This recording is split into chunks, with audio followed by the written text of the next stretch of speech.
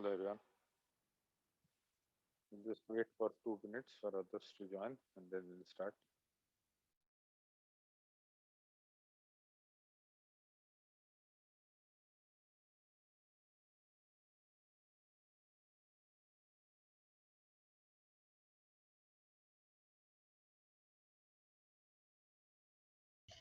Hello.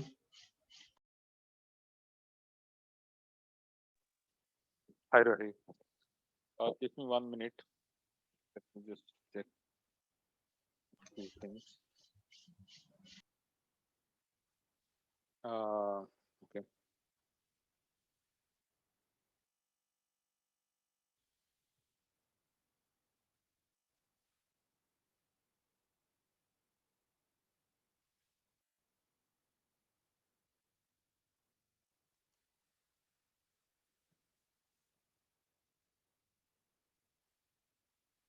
Okay.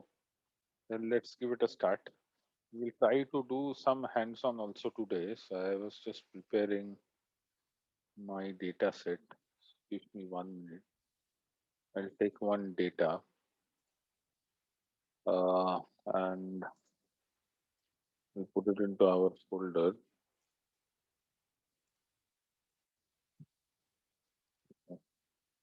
Good. Let me see if I can open the Jupyter notebook. And first, I'll explain a few concepts, right? And then we'll go ahead. So give me 1 minute. Okay. So let's start with the sharing. Um, share the screen. Okay. Okay. I'll just admit this also. Okay. Okay. I think we can start. Give me 1 minute. Right. I hope you can see my screen, right? Yes, I can see it. Great. So until this point in time, just a quick recap. What we have seen is time series. We have looked into. There are components like trend. Then I have component like seasonality. Then I have component like cyclicity. Then I have the final component, which is the irregularity. Okay. Now, what we have discussed are some of the use cases where this can be applicable, some of the durations for which I can do the predictions, and some of the metrics, right? I hope you remember the metrics that we looked into, like RMSE, right? MAE, MAPE, and so on, right? So these are similar matrices which were used in the regression world also. Then we looked into scenarios, what method we can use to solve a problem. We started with Holt's method. Even before that, we started with simple ETS, right? With simple ETS, exponential smoothing, right? We started with exponential time series smoothing method. We looked into Holt's method. We looked into cases where I can use Holt's winter method, right? Just a quick recap. Simple is where my trend is equal to constant. Okay? Nothing else is there. Holt's is where I have some trend, whether it can be uptrend or it can be downtrend, but nothing else is there, right? Nothing else in both the cases. Holt's winter is where I have trend as well as seasonality, right? I have both. Mr. Great. Okay. Now, uh, then we started to look into what? We started to look into other statistical methods. We looked into auto regression. We looked into auto regression. We looked into the second method, which is moving average, right? This is a very simple kind of a calculation. Then we looked into a naive method also, seasonal naive method, right? Which was also an averaging kind of a method, right? We looked into the pros and cons until this. we started to look into the equations. We started to look into the equations for these. This is where we stopped, right? This is where we have stopped. Now we have to look into a few things here, and then we can go ahead and see what we can really do. So now what we have to do first of all is that there is something that I need to explain you. I just realized that I did not explain that to you yesterday. As part of time series or the implementations of time series, when we are implementing time series or when we are implementing our forecast model, what we started doing is that we have to do exercises like detrending, or we have to do exercises like differencing, right? And using these exercises, as you remember yesterday, we looked into this. I think it was day before yesterday when we had the session, right? So we looked into the fact that we are trying to make the time series stationary, right? Until and unless we make this stationary, then trend factor, right? Trend factor is going to have an effect, right, on the findings. So that is the reason why we are trying to make this time series stationary, right? That's the objective. Now, how do I find at the first place? How do I find whether my time series is already stationary or not? So there is a statistical test, a statistical test that I can perform. This is originally known as the Dickey-Fuller test, and it has evolved from that stage, and now it is known as augmented Dickey-Fuller test. So you can simply say that this is just another statistical test like ANOVA or any other test that we have learned earlier. And this test gives us nothing but the famous p-value. The null hypothesis, okay, null hypothesis or h of 0 is that the time series is stationary, right?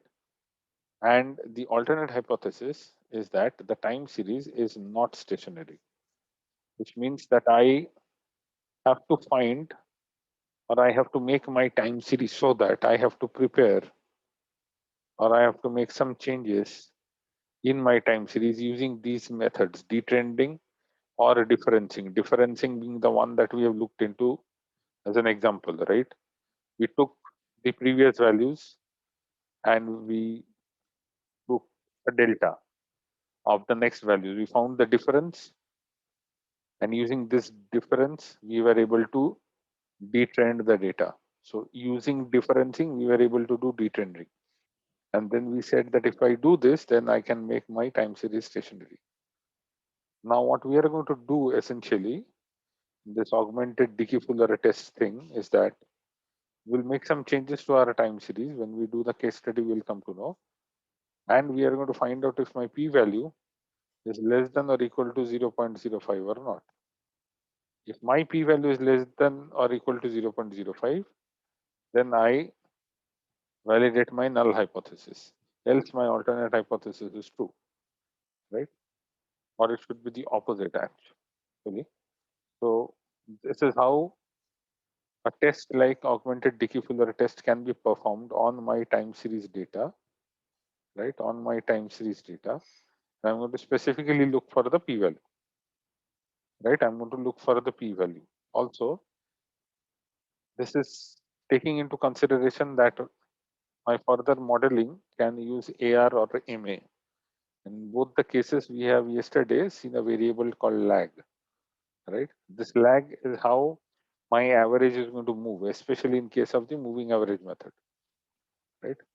So now we just have to take care of the fact that when we're trying to find this p-value, we also have to see whether what is the value of lag. Okay, what is the value of lag for which my time series is becoming stationary, right? That's all we have to figure out.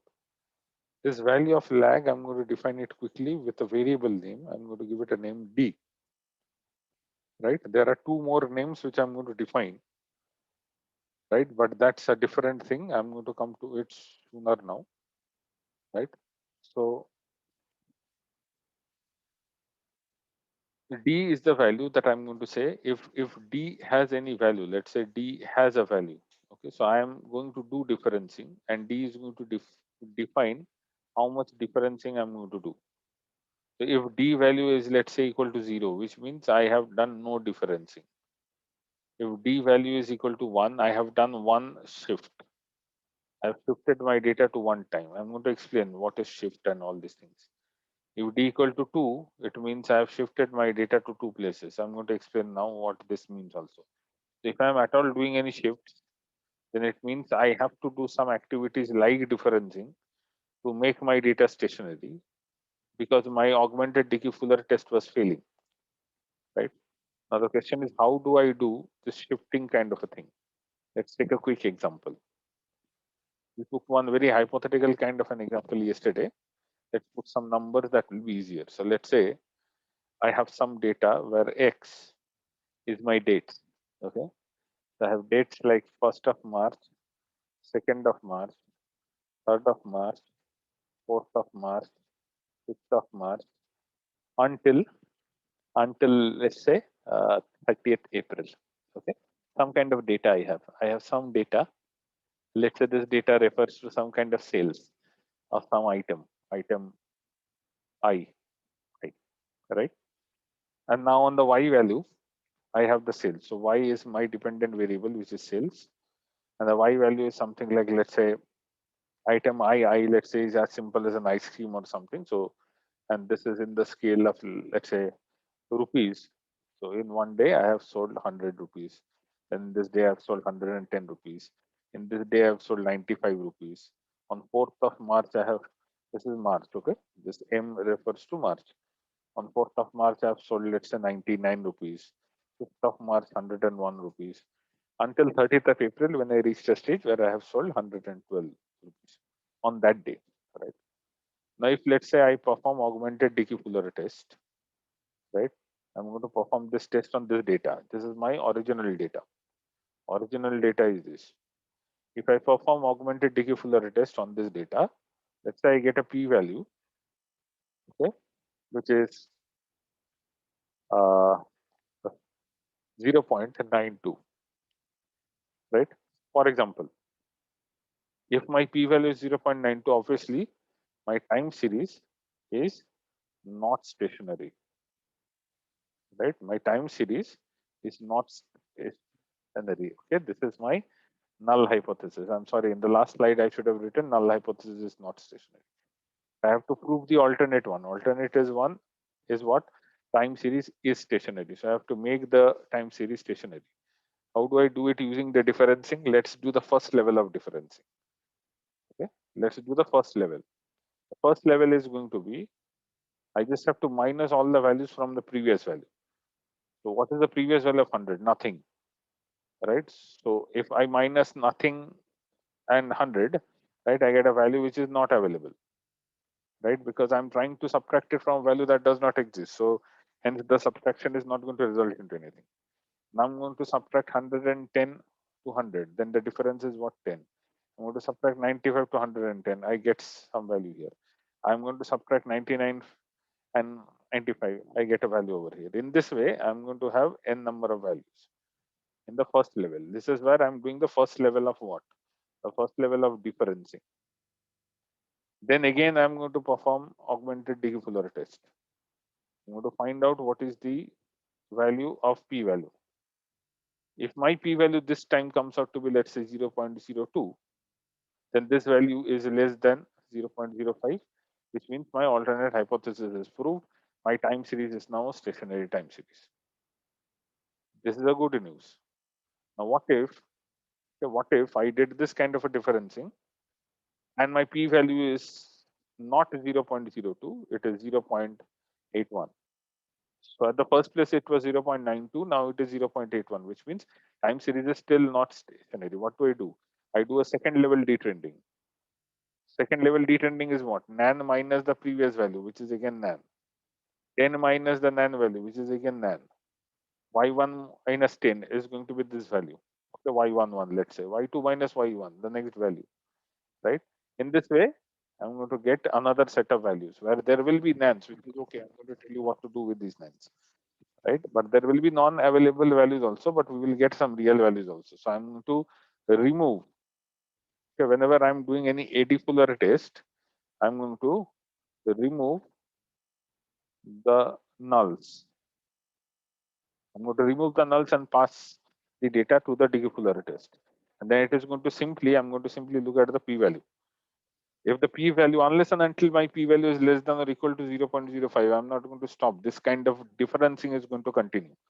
So let's say I perform first difference, then I did a second difference, and I had to do this until fifth difference time. Then only my time series became a stationary time series, which is okay. I have to do this unless and until my time series is stationary, my next steps of action cannot be performed. So that's why I'm doing this. So after every differencing, I'm going to do the augmented Dickey-Fuller test, right? In the first time when I'm doing the augmented Dickey-Fuller test, y is the variable that I'm going to pass. After I have done first level of the differencing, this is the variable I'm going to pass. Let's say this is y1 hat. After I have done second differencing, this is the variable I'm going to pass in the test, right? So this is the series. This is the array of data that I'm going to pass in my test. So the test input is going to be this set of data, or this set of data, or this set of data, depending at what place I am. So at d equal to 0, that is the value which I defined in the earlier slide, right? D equal to 0, I'm at this stage. If at this stage only, I have proven that my p-value being less than 0.05, then augmented Dickey-Fuller test is passed, right? In that case, my data, my time series is already stationary, which means if it is already stationary, what can I do? I can do AR or I can do MA, right? That's the hint here. If D value is equal to 0, I can do auto regression or I can do moving averages. But if my data is not already stationary, then there is a problem. Usually that is the case. My data is usually not a stationary data. Hardly you will find the data sets which is really stationary, which does not have any trend. Almost every data that you look at will have some form of trend. Whether it is a slow increasing trend or a fast increasing trend, that's a different problem altogether. But almost all the data in real life will have some trend. It is rare case that you don't find any trend. That's the reason why these methods, right, these so-called methods like Halt's method and Haltz-Winter method and AR method and MA method, these methods are very rare, right? These methods are somewhat rare, especially the Halt's one. ETS is a very powerful method. I'm not really denying it, but uh, the scenarios where they directly apply, that is really, really very rare. Also, we have looked into the fact that they are going to give us what? Small scale or small period of predictions or estimations in the future, right? We cannot do we may be able to do estimations like the next 2 weeks, but we may not be able to do estimations for the next 6 months, right? So they are not really that scalable. Then what should I do? We are going to find that out. But as of this moment, if my differencing, if my lag is equal to 0, which means I need no differencing, and without any differencing, I can see that my time series is already stationary. This is a bit rare. I'm going to say this is a bit rare case, right? In this case, I can either use AR, I can either use MA, or I'm also going to introduce a new concept which is known as ARMA. I'm going to do a combination of AR and MA. I can combine the mathematical equation M1, which belongs to AR, let's say, and MA is defined with mathematical equation M2. I can combine the power of M1 and M2, and I can create a new model which is known as ARMA. This is also very common. Rather than fitting two different models, now I can combine their power, use a single model. But that's only applicable if D is equal to 0. If D is equal to 1, then I'm at this stage. Or if D is equal to 2, then I'm at this stage, which means I need to do this differencing operation so that I can detrend my data. In that case, I need something else. I need something something else which is more closer to real life use cases, which are generally, I will not say usually, generally not stationary, right? Generally, most of the use cases are not really stationary. There is some growth, there is some lag. You take any example, even the latest pandemic example also you can take. You take any example of any real life, you'll see there is always some kind of trend is there in the data. You cannot make the data stationary. So you have to do these kind of changes to make the data stationary. The data that is available out of box is not, right? That is what I mean. So we have to do operations like differencing so that we can make the data stationary, right? I hope until this point in time it is clear. Now, once I am done with the Dickey-Fuller test, I will have to figure out two more things, right? I'll have to figure out two more things. One is known as an autocorrelation function, and other is known as a partial autocorrelation function, right? But before I go in there, unless we have any questions, maybe I'll take a quick pause and see if any one of you have any questions. Do you have any questions, friends? If you have any questions, please go on.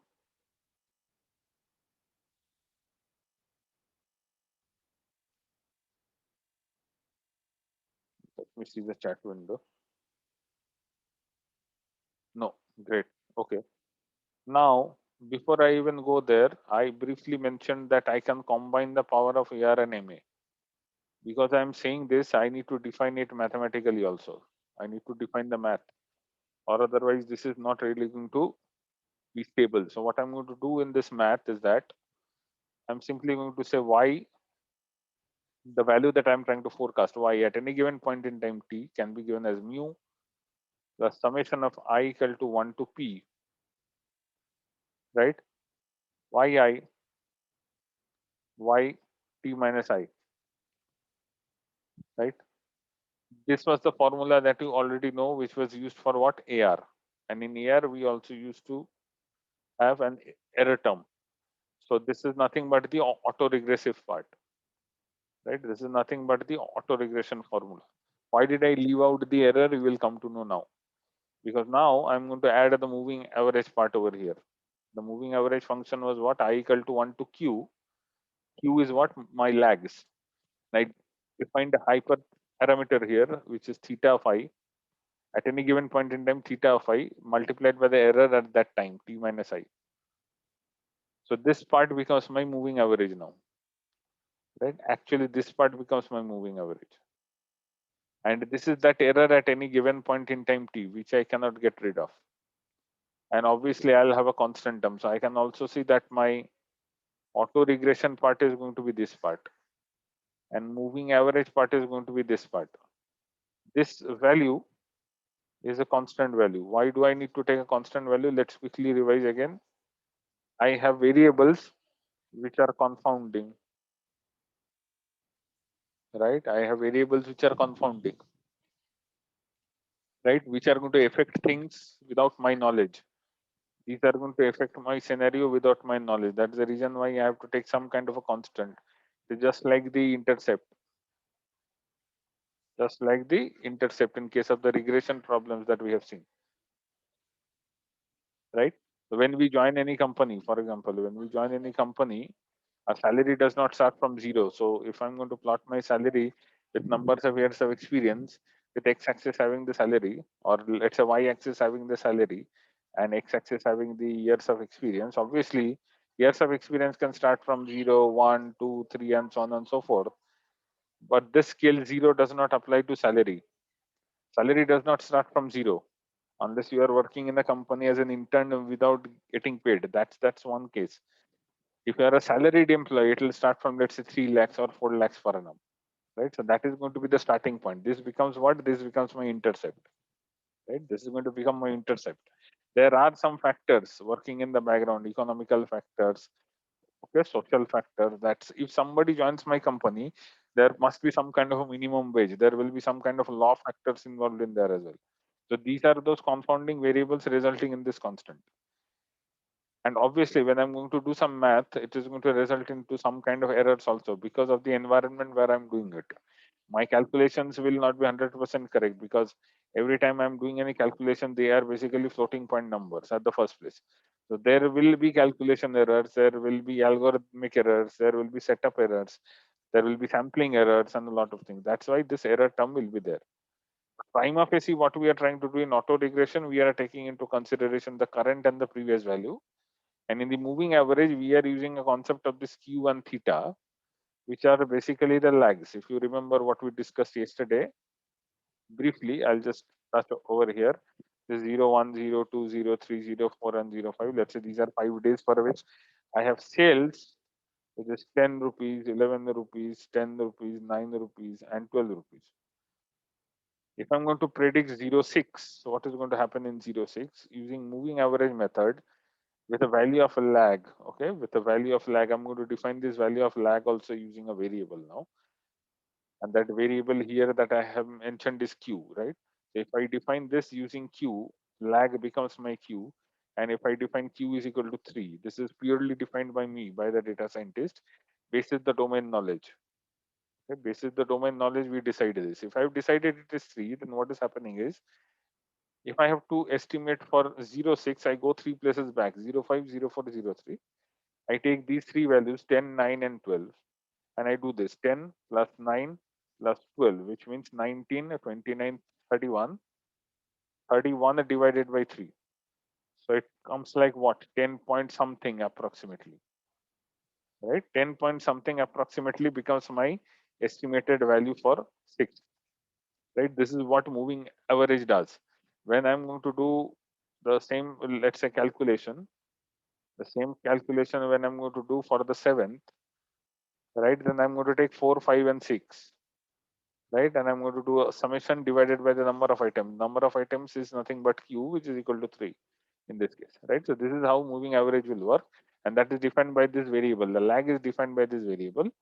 And this hyperparameter, right? This hyperparameter is going to control my settings, right? Now, this is so okay. Until this point in time, it is okay. A bit, it's a mathematical, but it is okay. Still, we are able to understand what I am going to do. So it is very clear that I have to change the values of, over a period of time. I have to come up with the values of Q and theta, right? So that what? So that I can uh, try to get my estimations and as closer as really possible. Now, what do I mean by as closer as really possible? As I shown you on the first day using Tableau, if you remember, on one day, if I have a graph like this and I'm doing an estimation like this, Tableau projected an area which was my bordering area like this. So this was the estimation. That's the upper bound, and that's the lower bound. Right. So let's say at any given date, let's say for this example only here. For this example only here, Tableau estimated that on the 6th, the estimated value is going to be, let's say, 10.1. With an upper bound of 12 and a lower bound of 8. Not really bad. It is really not that bad, but still there is a difference of 2 on each side. Now, if I do a 2 of difference on each side, which means what? What is the percentage? This is the percentage. You see the percentage. There is a 20% range in which this value falls, which means if I have to give this answer to my client, what do I say? I estimate that on 6th, the sales will be rupees 10.1 plus minus 20%. This is where the client will get scared. Plus minus 20% means what? It can be 12 rupees also, it can be 8 rupees also.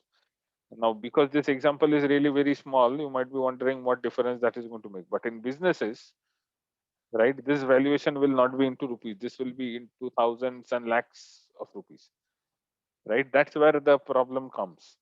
So we have to do what? We have to improve.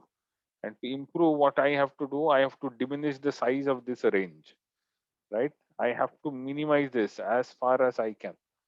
And that's where my hyperparameter tuning will come into picture. I have to change values for a theta, I have to change values for P, I have to change values for Q, and then I have to come to a conclusion. I have not really come down to the value of P. I'll come to it, okay? Please hold on to the value of P, right? But that's going to be the exercise, even in case of ARMA. So this is what I'm doing in case of AR MA. In case of if I had implemented AR or MA individually also, the process remains the same. My data should be stationary. I get this from the augmented Dickey-Fuller test. E value should be less than or equal to 0.05, and then I have to run the method. Either it is AR or it is MA or it is going to be AR MA, right? After I have run the method, right? After I have run the method, then I'll have to see how good or how bad I am depending on the metrics, right? Depending on the metrics, I'll have to figure out. So these are the kind of metrics which is going to help me in that case. And then I'm going to look into MAE, MAP and all these things also, right? Now, before I even go into even a better method, which is actually most used in the industry, because we have understood the properties related to stationarity or why we need to do stationarity, how one of the methods in which we are going to do stationarity, let's try to look into two factors or two additional metrics, you can say. It's not really metrics, but it's going to help us do our job. It's known as ACF and PACF, right? So let's quickly look into that. Let's quickly look into that. I'm going to talk about ACF and PACF. Why I'm looking into this is specifically with respect to the fact that I'm going to do A or I'm going to do ARMA. So wherever I have any methods or others, I have any methods wherever I'm doing this auto regression, right? A concept that we have learned into regression world is that I need to find out if my variables are correlated or not, because if they're not correlated, then there is no point of fitting the regression model, right? So for example, if I have a data set where I have my age as the X variable and my salary as the Y variable, and my points are something like this, let's say, and my points are something like this, and I have fit a linear regression model which goes like this. So this clearly means I have some linear relationships which I can define using functions like beta 0 plus beta 1 x, right? So beta 0 is going to be what? This value. This value is going to be b0 and b1 is going to be what? This angle, right? This angle is going to become b1 or the tangent of this angle. I'm sorry, the tangent of this angle is going to become is beta 1. So beta 0 and beta 1 are going to become what? The coefficients, right? In the same way, if I'm going to fit AR, I need to first of all figure out in any case when I'm fitting AR, and we'll come to know why I'm concentrating on this. Let's say I'm fitting AR or ARMA or any other model where this auto regression thing is always there. I have to find out a value which is my correlation function. So either the correlation function is automatic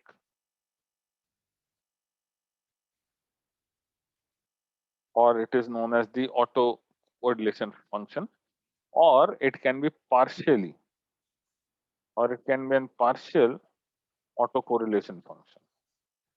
Now, the first question is, why do we have two functions? Why can't we simply use things like Pearson correlation, right? These are things that we have used earlier also. If you remember, when we were doing the regression use cases, we used to do a heat map in the Seaborn library. We used to do a data frame.corr. We used to find the Pearson correlation. We used to pass that as an input to the SNS heat map. And the Seaborn heat map used to tell us whether there is a correlation or there is no correlation. The similar kinds of concepts we are going to use, but because now we are dependent on time, we have to treat it in a different way. So that's why what this becomes is, or what or how I'm going to define these are ACF at any given point in time k. At any time k, time, the value of time being k, the value of ACF inside bracket k, or it is also given as this sign. This is not p, okay? This is not p. It is another Greek sign. At k, ACF is given as the covariance of value of y at time t and value of yt minus k divided by the variance of the value of y at time t, right? So this becomes my ACF. This gives what? This is giving me a gross correlation with respect to time. Okay, that's the main factor over here. With respect to time, between between y of t or y at t and y at t minus k. That's a very important thing that we are able to find out over here, right? That's a very important thing that we are able to find out over here. You may see in books that there will be some notations like AR1, AR2, and so on and so forth. These numbers, right? These numbers over here simply define how much differencing we had to do to make the data stationary, right? It may also refer to that. Now, ACF is done. What about PACF? PACF is simply a calculation which is partial, okay, which is partial with respect to the correlation, which means let's define PACF first, and looking at the equation, you may understand what I'm trying to tell you. PACF at any given point in time k, again given by this Greek letter. I'm going to add a star over here so that I can differentiate between ACF and PACF.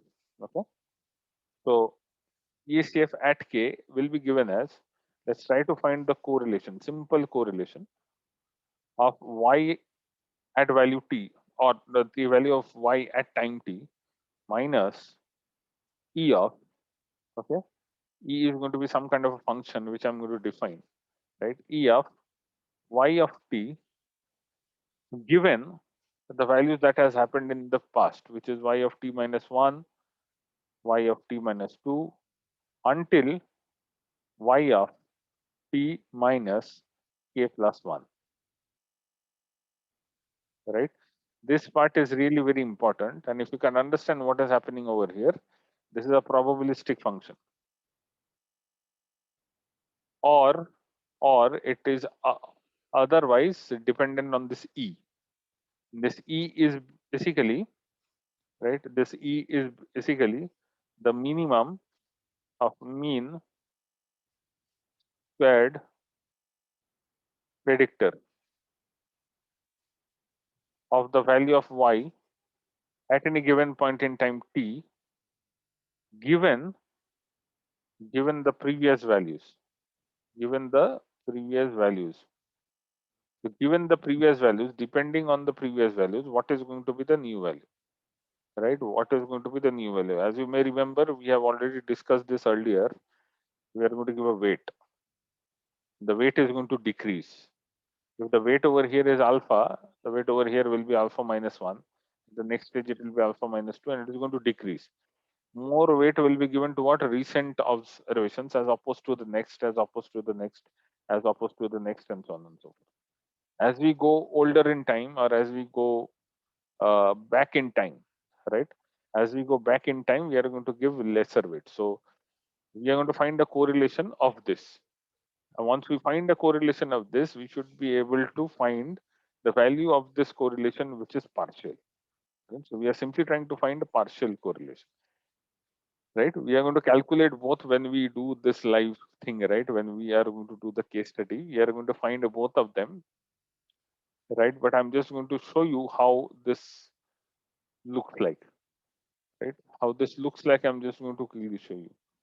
So how this looks like, or how graphically it is going to look like, is something like this. Let me open a new window. So how this is going to look like is that if I do an ACF, autocorrelation function, and because this is a mathematical function, I will be able to plot it also. Every mathematical function can be plotted. If I plot this, let's say for a moving average model where I've used a differencing of 1, right? I've used a moving average model with a differencing of 1, and that coefficient of mine theta is equal to 0.7, right?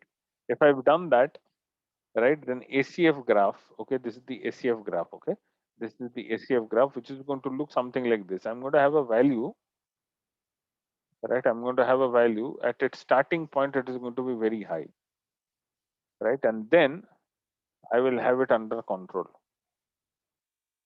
I'm really going to have it under control. That is the main objective over here. So that is the difference between regular correlation, okay, regular Pearson correlation values, and these ACF and PACF values. Even for PACF, I'm going to find a plot. It's going to look something like this. My initial values may be very high, or it may be in the negative also. That is actually a bad thing.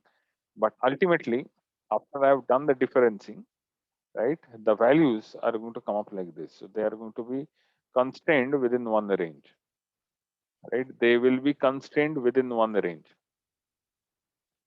right? Which means I was able to take care of the value of lag. I was able to control the value of lag. Also, in other words, why is this decline a case? Why is this decline a case over here? Or why is this shrinking happening? Is because in either of the cases, in MA, or in case of ACF or in case of PACF, I am taking into consideration some factor which is affecting the correlation. For example, if you look at the formula of PACF, right, I'm taking into consideration the previous values, which are going to have some weights, right, which are going to have some weights in my model, and that's going to decide what is going to be my latest value. In the same way, in ACF also, in the denominator, I used to have the variance. So that's how I'm going to penalize it. The more lags I have, so these numbers you see over here are the number of lags. So the more is the lag value over here, MA, because this is one, after one I have got the differencing, or I have got the detrended data. That's why after the first position only, I have the error constrained, right? I have the values of the lags which is constrained. That is the objective. So if I'm able to plot ACF and PACF, it gives me as a data scientist a confidence that the lag value that I've arrived at after I've done tests like Dickey-Fuller test is actually going to work, because ACF and PACF are also, you can say, the metrics or the tests or the way to visually look into them and see that, okay, I have done these tests, I have done these changes, I've done these differencing in my data, and my final data is now ready for any good model to do the estimations on. And then I'm going to look into the errors and see what I can do to reduce the errors. But looking at the ACF and PACF, it seems that because I've controlled my lag, because I have controlled the values of ACF and PACF also, then I expect very, very less error in the model out. Right. So that is the objective here. That is the reason why we do these tests called ACF and PACF. Right. Now we are going to take a data set, and then we are going to do some uh, activities there. We are going to do some exercises there, right? And then we are going to find out if the model is that we are trying to do is really working fine or not. Okay. Before I even go there, I just wanted to quickly tell you, what is going to be the model that we are going to actually fit. The model that we are going to actually fit is also known as ARIMA. And ARIMA is basically an integration, a very nice integration of AR and MA model, where AR depends on the value of P, MA depends on the value of Q. P is the property for AR, right? How many lines or how many records we have, where we have to perform the regression. Q here is going to define my lag, right? And then this integration of AR and MA is done by the fact that I am having some value for D. Hence, I am having a value for D which is greater than 0. Please note this. This is a very important fact, that ARIMA is that common model. It's a very, very powerful model. It's a very powerful way of doing this, because I'm integrating AR and MA in such a way, or for cases, okay, for cases where D, okay, D will always be greater than 0, which means I have to do differencing, and my data is non-stationary by default. Okay, my data is non-stationary by default. This is, as I said, most 80% of your practical use cases, okay, you can say 80% of our practical use cases will be like this, right? Majority of your practical use cases will be something like this, because in the real world, if you take any data, that is never going to be stationary by default. Okay, by default, it is going to be non-stationary. right? We can use the augmented Dickey-Fuller test also to find out the p-value. That is exactly what we are going to do. But whenever we have to do this differencing kind of an operation, that's where ARIMA will come into picture. In other words, or in the reverse way, if I want to put it, this model called ARIMA, which is an integration of AR and MA, right, which is an integration of AR and MA, is going to come into picture, obviously, for these kind of practical use cases, where I'm trying to join the power of AR and MA, right? I'm going to do differencing and things like ADF and so on and so forth. And my model is already non-stationary, right? So this is exactly what we are going to try out now. Now, if you have any questions, friends, until this point in time, please let me know. But if you do have some questions, I am sure they will be clear by the time we are done with the hands-on. But if you have any conceptual things to know as of now, please go ahead.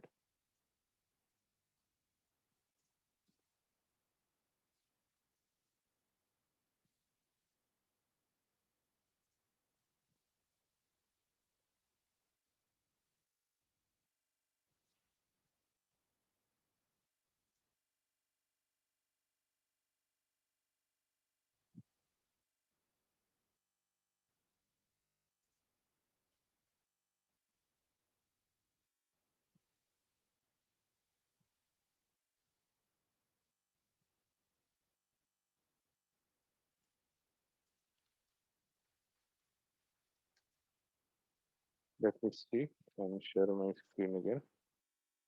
Let's see if there are any questions. No, I don't see any questions. Friends, can you see my Jupyter notebook window? Can you confirm once that you are able to see my Yes, window? yes, yes. Great, great. Okay, then let's try to do the exercise.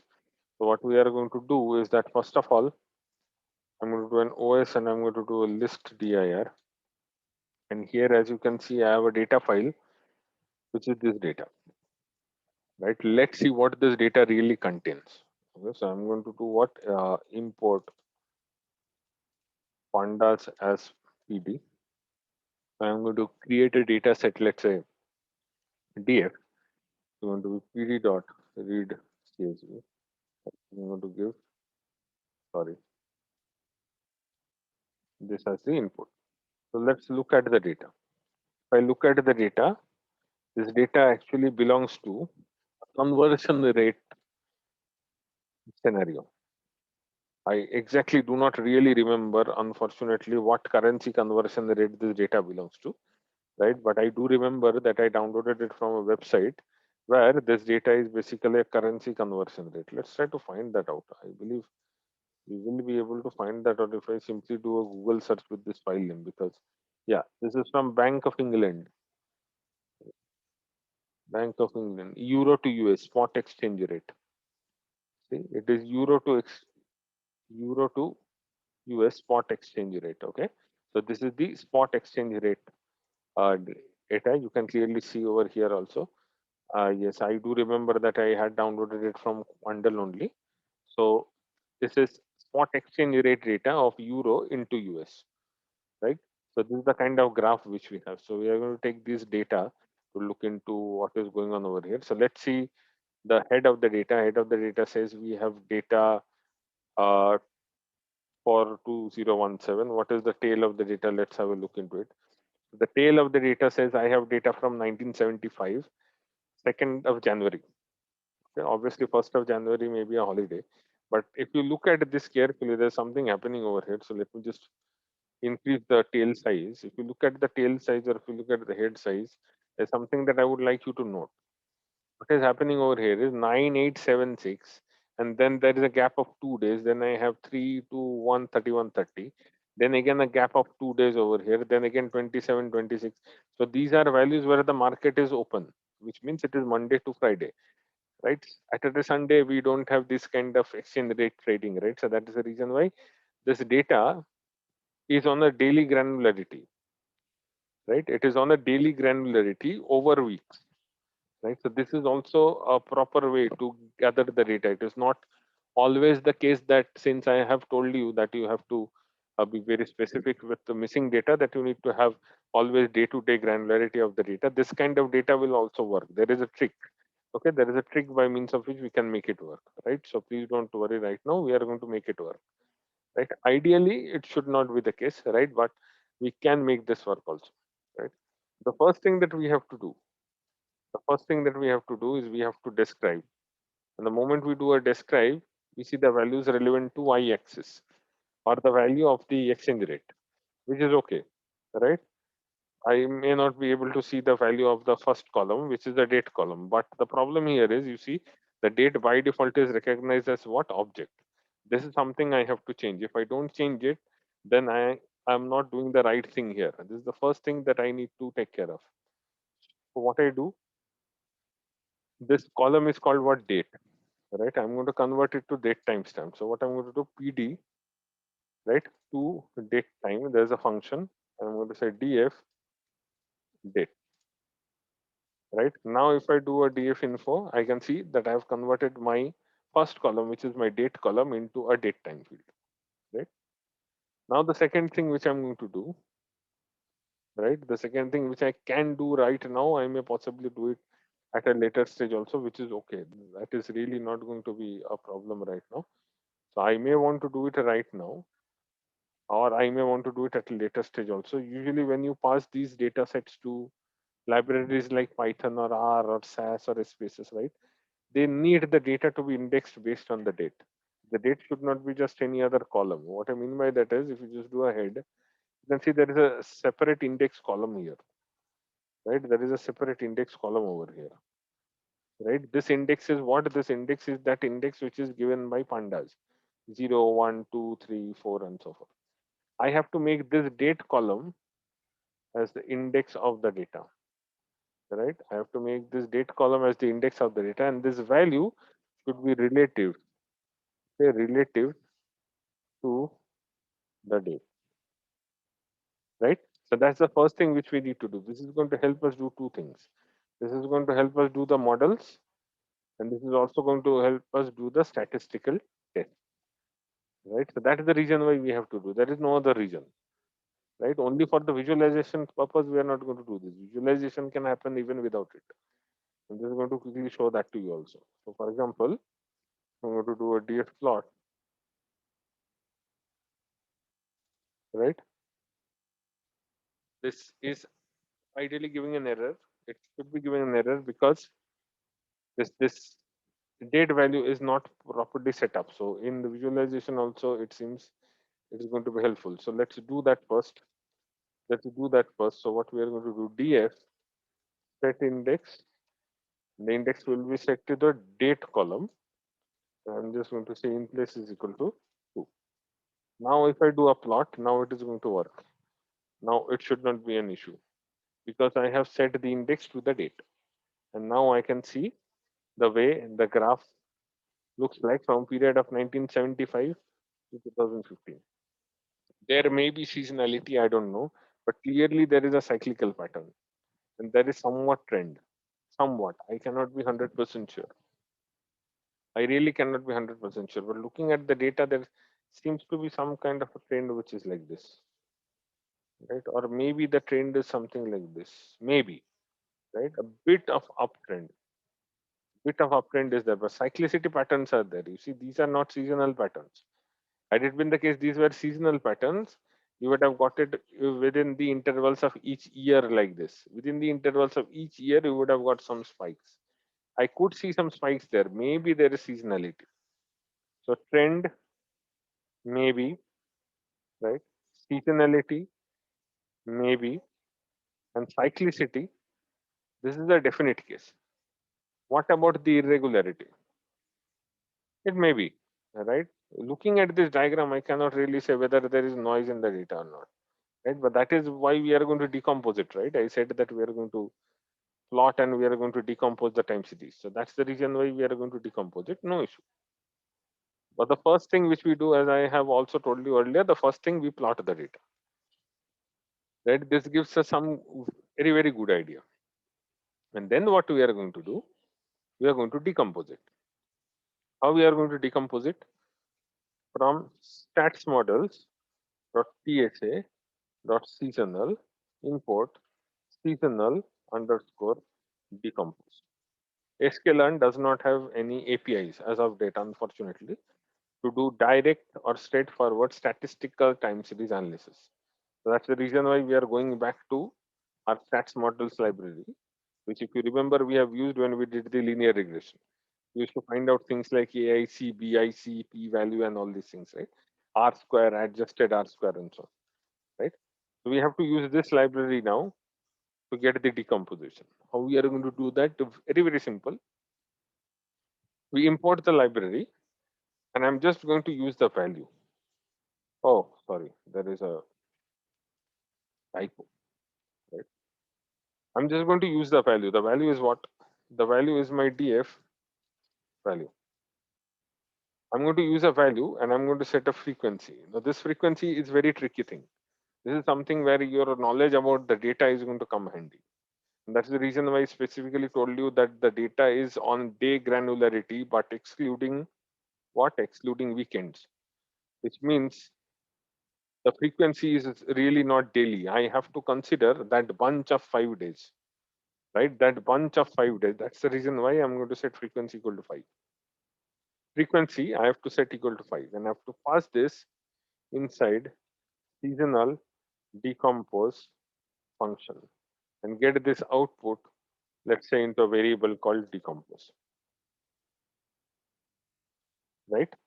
It is also saying in the current version of library I have this is gone, so maybe I'll have to replace frequency with period. Right now I have got decompose. Sorry, what is this decompose guy? This has already decomposed it. It is a decomposition result. How do I see it? How do I really see it? Decompose dot plot. If I do a decompose dot plot, there is a small error in Jupyter Notebook. Let me correct it. Now I get the decomposition. This is the decomposition it is really giving me. Let's try and understand what is happening over here. This is my original data.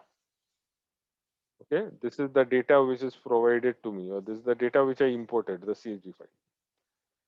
This graph which you see over here gives me the trend. Obviously, I really cannot see a trend. This is not a straight line, right? Usually, if there was a trend, that would be represented like this, or it would be represented like this, or it would be represented something like this. But in this case, this trend part is getting represented as if it is the original diagram. So there may or may not be any trend. We are not sure. There is no guarantee, or at least we did not get any answers, right? Is there any seasonality? You see, this is just a black box, right? This is just a shaded area, just another shaded area, right? Which means it is not giving us any output like this,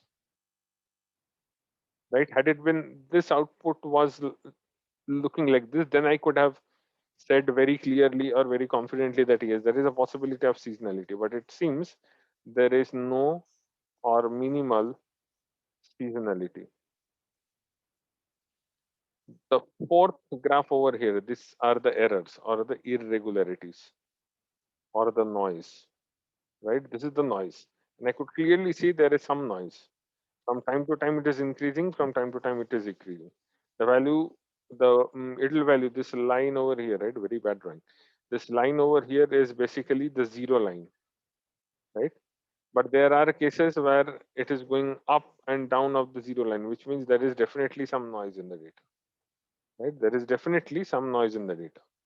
So if you see, I'll give you a few hints. If you see noise in the data, howsoever small it is, you see the noise is like 0 to 0.025 and minus 0.025. Within this range, the noise is, right? If you look at this graph, you will see the axis values, right? Howsoever small the noise is, even if it is small, noise indicates that it is a real data, right? In any real data, there will be noise. If you are given with a data that does not have noise, then you must be skeptical. Is this really collected in the right way? Because there should be some noise, right? Usually in any practical kind of a scenario, there is always noise, right? There may or may not be trend. There may or may not be any seasonality. Cyclicity did not really report, unfortunately, right? But we are able to get quite good information about the data already by doing the decomposition of the data, right? So by doing the decomposition of the data, this is a decomposition. The decomposition of the data, we were able to find out as compared to the original, what is the trend, what is the seasonality, and what are the errors. Now we will take these. Maybe we will close the session for now because it is already late. We can close the session now. We are going to continue by tomorrow. Maybe we are not going to have a session, friends, because I do have a meeting which is going to continue until late night. So we'll start from Monday again. Right? We'll start from Monday, right? And then we are going to look into how we are going to implement augmented decupular test using a Python function. Right? There is already a library. I'm just going to use a Python function so that I can do it as many times as I want. Then we are going to do differencing. Differencing is going to give us the value of D. And then we are going to go into the ARIMA modeling. We'll go in the ARIMA modeling. We'll fit the model. We'll check the metrics of the model. This metrics is going to tell us how good or how bad the model is. Right? So that is going to be the objective. But until this point in time, friends, before we close the session, any questions? Any doubts?